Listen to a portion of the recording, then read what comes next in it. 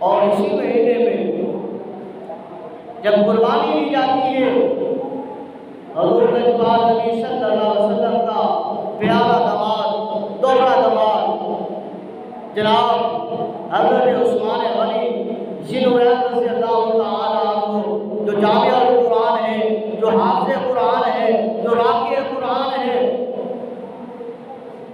جب انہیں شہید کیا جاتا ہے تو وہ بھی ذی الحج کا اسلامی سال کا آخری مہینہ ہے، اور جب اس اسلامی سال کا پہلا مہینہ شروع ہوتا ہے اور اس کا پہلا دن آتا ہے، محرم الحرام کا پہلا دن آتا ہے، تو اس میں بھی شہادت جو ہے وہ عظیم شہادت ہے، ایسی عظیم شہادت، ایسے جو ہے وہ مرد مجاہد کی شہادت، ایسے مرد قلندر کی شہادت ہے، ایسے جان و افزا روح رکھنے والے کی شہادت ہے۔ اگر وہ گلی سے گزر جائے تو شیطان بھاگ جاتا ہے، اگر زلزلہ آ رہا ہو اور وہ کوڑا زمین پر مارے تو زمین جو ہے وہ رک جاتی ہے، کانپنا چھوڑ دیتی ہے۔ ایسے مرد مجاہد کی یکم محرم اور حرام کو شہادت ہو رہی ہے، جب جو ہے اگر وہ زمین کو حکم دے تو زمین جو ہے وہ تیل کو باہر نکال دے، اگر وہ زمین کے اوپر دریائے نیل میں اپنا حکا ڈال دے تو دریائے نیل جو ہے وہ ٹھاٹے مارنے کے لیے وہ چلنے لگ جائے۔ یعنی کہ یکم محرم الحرام کو حضرت عمر بن خطاب رضی اللہ تعالیٰ عنہ کی شہادت ہے، جن کا آج ہمارا موضوع ہے۔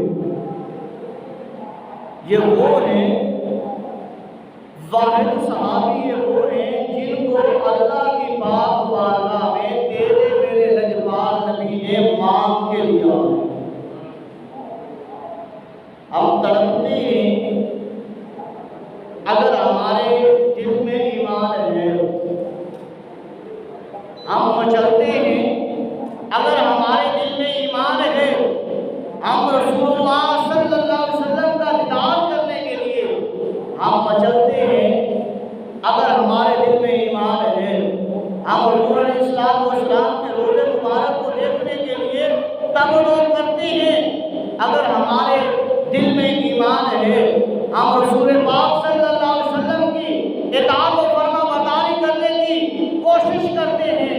اگر ہمارے دل میں ایمان ہے، ہم رسول پاک صلی اللہ علیہ وسلم کی سنتوں پر عمل کرنے کے لیے کوشش کرتے ہیں اگر ہمارے دل میں ایمان ہے،